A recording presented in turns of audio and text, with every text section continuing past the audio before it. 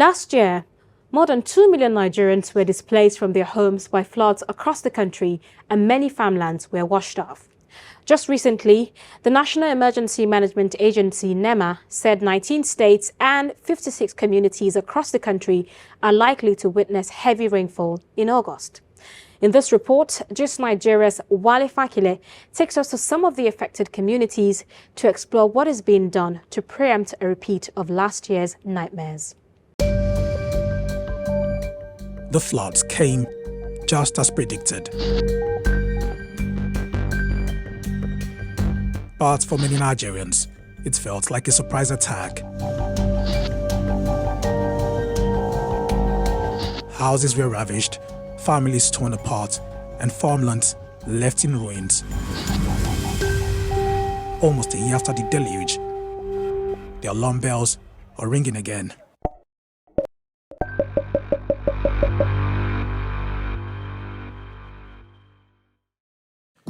In 2022, Nigeria saw one of its worst flooding in decades. No fewer than 33 of the country's 36 states were hammered by rampaging waters. Official figures show that more than 600 people were killed in the nationwide disaster. 2 million more were uprooted from their homes. Months after these horrifying figures were reeled out, authorities are warning again. 178 local government areas will be highly impacted in the course of the year, and that will cut across 32 states and the FCT. And that additional 224 LGAs in 35 states and the FCT will also suffer another degree of flooding. The predictions show Anambra, Kogi and Benue states are likely going to be impacted. These three states were among the worst hit last year, and Gist Nigeria was on ground to see the level of devastation. 10 months down the line, we return to check if these new warnings are being heeded.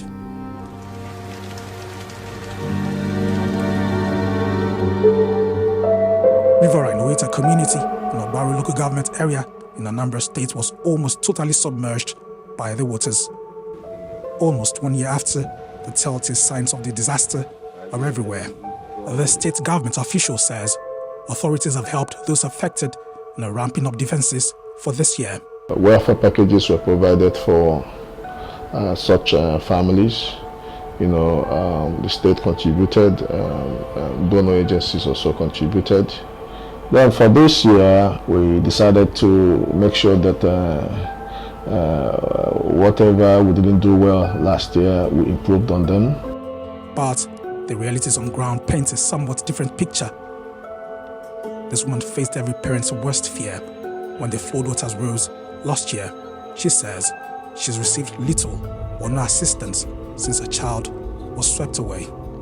I haven't heard anything from government system, and I haven't received any assistance from anybody. I'm getting ready that I will live with my remaining kids out of here,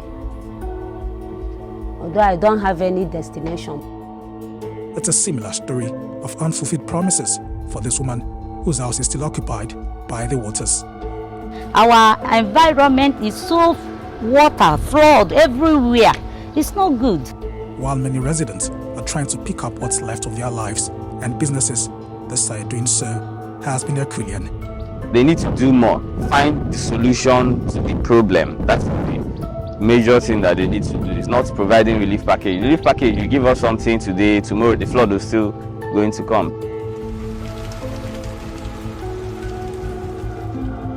In north-central Benue State, last year's floods took a huge toll on farming, the major occupation in the agrarian state.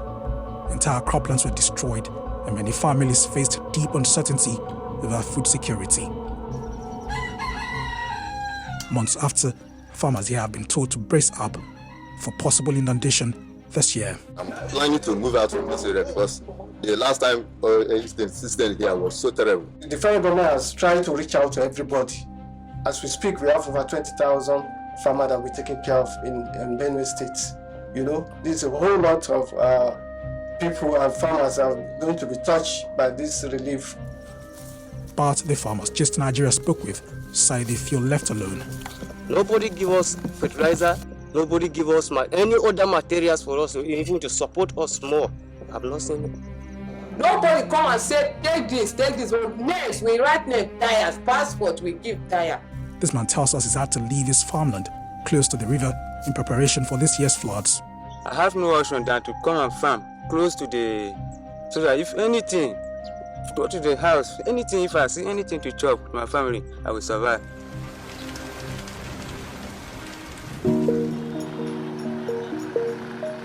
Kogi State was one of the worst affected by last year's floods. Major highways and houses were submerged underwater for weeks. As another bout of flooding possibly looms, uncertainty hangs thick in the air for many residents. We are running jingles on the TV, the radio stations, in the 3 different languages we have in Kogi State, at least twice in a week. The government are telling us that there's flood is coming, we should prepare to relocate to higher ground. That language we don't understand, because we that are in flood area, this higher ground, is it on top of hill? Is it on top of tree? Or where? The best woman also says the state government has not lived up to its promises. There's nothing we can do. I didn't have any other place to park to. But that's your own teach us lesson. If I saw you far off, like last year, we will park and find where to keep our load. So after flood now, there's nowhere to park to come back again. There's an ongoing project that is called embankment.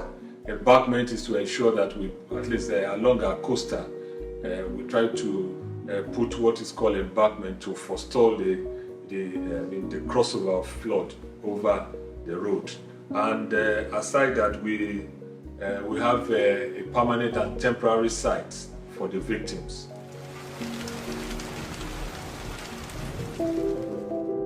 The federal government has deployed emergency responders and weather experts to all states to sensitize Nigerians. The National Emergency Management Agency has been leading this effort. NEMA sat down to review events of last year and identify gaps. Gaps were identified, and all 3 other NEMA and its stakeholders were asked to find solutions to those gaps. State authorities just Nigeria spoke with in Benue, Kogi and Anambra also told us they've been preparing. But the Nigeria Hydrological Services Agency says these preparations are too little, too late.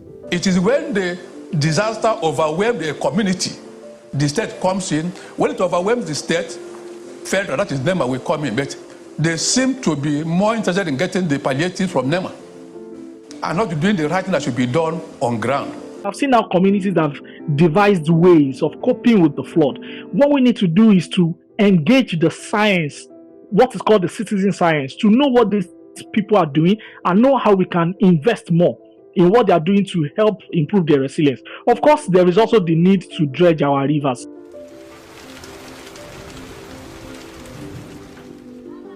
Across the states affected by last year's disaster, experts say residents are struggling with the health impact of contaminated water, with many of them presenting with cholera and malaria.